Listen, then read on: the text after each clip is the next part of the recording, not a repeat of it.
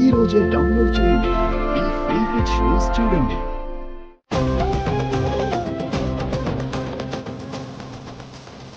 బిహారీ, నా మాట వినరా.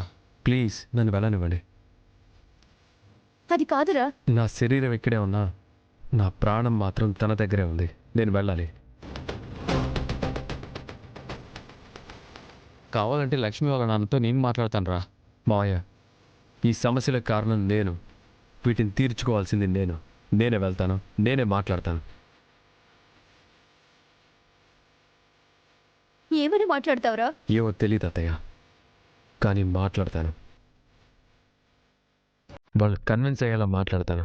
వాళ్ళు నన్ను క్షమించి లక్ష్మిని నాతో తిరిగి పంపించే వరకు మాట్లాడతాను.